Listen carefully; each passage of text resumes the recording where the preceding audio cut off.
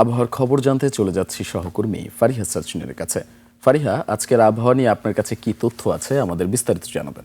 Niacinamide ও salicylic সমৃদ্ধ lily face wash যা ফেসের ডেড স্কিন সেল দূর করে দেয় দ্বিগুণ ফাস্টার ব্রাইটেনিং।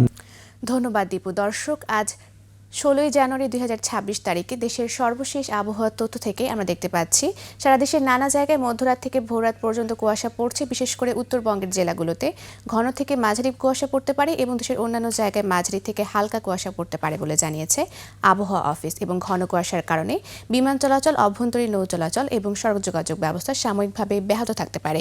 বর্তমানে উচ্চচাপ বলয়ের বর্ধিতাংশ পশ্চিমবঙ্গ এবং তৎসংলগ্ন এলাকায় অবস্থান করছে এবং সেই সাথে মৌসুমের স্বাভাবিক লঘুচাপটি দক্ষিণ বঙ্গোপসাগর রয়েছে এবং এর একটি বর্ধিতাংশ উত্তর বঙ্গোপসাগর পর্যন্ত বিস্তৃত রয়েছে। আজ সারা দেশের আকাশ আংশিক মেঘলা থাকবে এবং তাপমাত্রা শুষ্ক থাকতে পারে। সেই সাথে দিন ও রাতের তাপমাত্রা সামান্য পরিমাণ কমে যেতে পারে।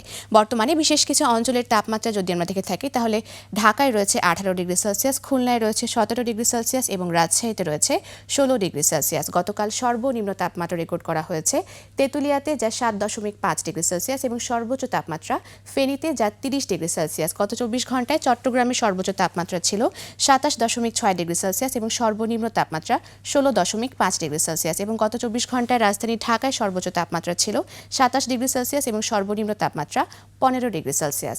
আজ ঢাকার আকাশ আংশিক মেঘলা থাকতে পারে এবং উত্তর অথবা উত্তর পশ্চিম দিক থেকে ঘন্টায় 8 থেকে 10 কিলোমিটার বেগে বাতাস প্রবাহিত হতে পারে। আজ সকাল 6টা অনুযায়ী ঢাকার আপেক্ষিক আর্দ্রতা নির্ণয় করা হয়েছে 81%। সেই সাথে আজ ঢাকায় সূর্যাস্ত হবে সন্ধ্যা 5টা বেজে 32 মিনিটে। দর্শক, এ ছিল আমাদের আজকের আবহাওয়ার তথ্য। ফিরে যাচ্ছি আবারও দীপুর কাছে। দীপু,